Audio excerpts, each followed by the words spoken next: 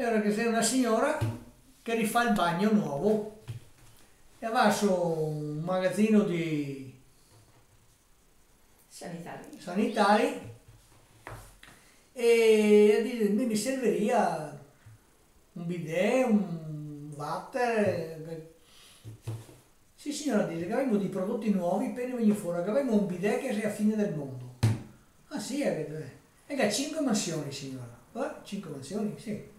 E dice, lei si sente sul bidet, stucca il primo bottone e che lava la castagna.